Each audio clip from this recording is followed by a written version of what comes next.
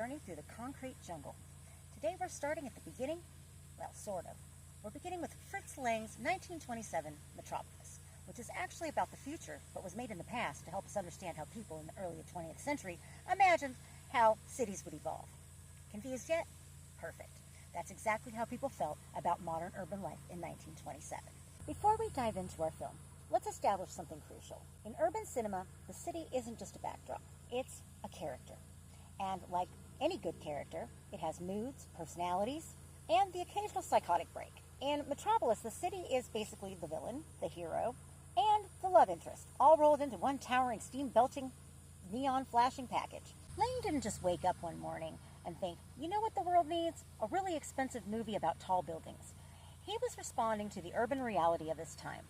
By the 1920s, cities like New York, Chicago, Berlin, and London had become these vertical wonderlands that made people simultaneously excited and terrified. It was like being in love with someone who might also be plotting to destroy you, which coincidentally is also how most people felt about technology. Look at this. In 1900, most buildings were maybe 4 to 5 stories tall. By 1927, we had the Chrysler Building under construction. In less than 30 years, cities had basically learned to do architectural yoga and stretch themselves skyward. People literally didn't know how to react to this. Some called it progress, others called it an affront to God. Lang called it a movie opportunity. In Metropolis, the city both stretches up into the clouds and down into the earth, like an urban layer cake. If layer cakes were powered by steam engines and class anxiety, the wealthy live in sky gardens while the workers live underground operating the machines that keep the whole thing running. Now let's talk about the elephant in the room, or rather, the giant machine in the room. The 1920s were peak technology will save us all meets technology will kill us all. This was the era of mass production, electricity in every home, automobiles, radio, and the growing sense that humans were becoming just another cog in an increasingly complex machine. Lang captures this beautifully in the famous scene where workers move in synchronized precision to operate the massive machinery. It's mesmerizing and terrifying, like watching a really well-choreographed dance number, except the dancers might get crushed by industrial equipment. The film asks, when cities become machines, do humans become machine parts? It's a question that would have resonated deeply with anyone who'd experienced the new reality of urban industrial work. Repetitive, synchronized, efficient, and soul-crushingly monotonous. One of the most striking things about Metropolis is how it depicts crowds. Look at these scenes. Thousands of workers moving in perfect unison, like a human river flowing through the city's arteries.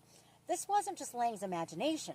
This was urban reality. Cities became places where you could be surrounded by thousands of people and still feel completely alone. The sociologist George Simmel had already written about this metropolitan mindset, how city dwellers developed a kind of psychological armor to deal with constant overstimulation. You had to become a little bit numb just to survive the daily assault of noise, crowds, and constant movement. Lang takes this idea and runs with it, showing us workers who have literally become automatons. But here's the twist, and this is where Lang gets really clever. This anonymity could also be liberating. In the city, you could reinvent yourself, escape your past, become someone new. The flip side of losing your individual identity was gaining the freedom to choose a new one. Let's not dance around it. Metropolis is about class conflict, and it uses the city's architecture to make its point. The film's urban geography is basically Marx's Das Kapital rendered in Art Deco. The ruling class lives above everyone else in gardens that float among the clouds. The workers live underground in what can only be called an industrial hell. This wasn't subtle metaphor in 1927. This was barely metaphor at all.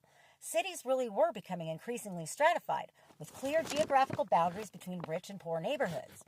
The technology that was supposed to lift everyone up was, in many ways, just lifting the already elevated higher while pushing the working class further underground, sometimes literally, as subway systems and basement factories became the new urban reality for many workers. Now let's talk about Maria. Both Marias, actually. The film gives us two versions of womanhood. The saintly Maria, who tries to mediate between workers and management, and the robot Maria, who incites revolution and chaos. This isn't an accident. Cities in the 1920s were spaces where traditional gender roles were being challenged.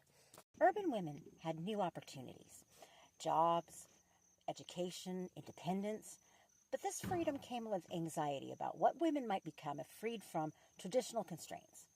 The robot Maria represents these fears, a woman powered by technology, uncontrolled by traditional moral boundaries, and capable of destroying the social order. But here's what's fascinating. Both Marias are trying to solve the same problem, the dehumanizing effect of urban industrial life, one through compassion, one through revolution.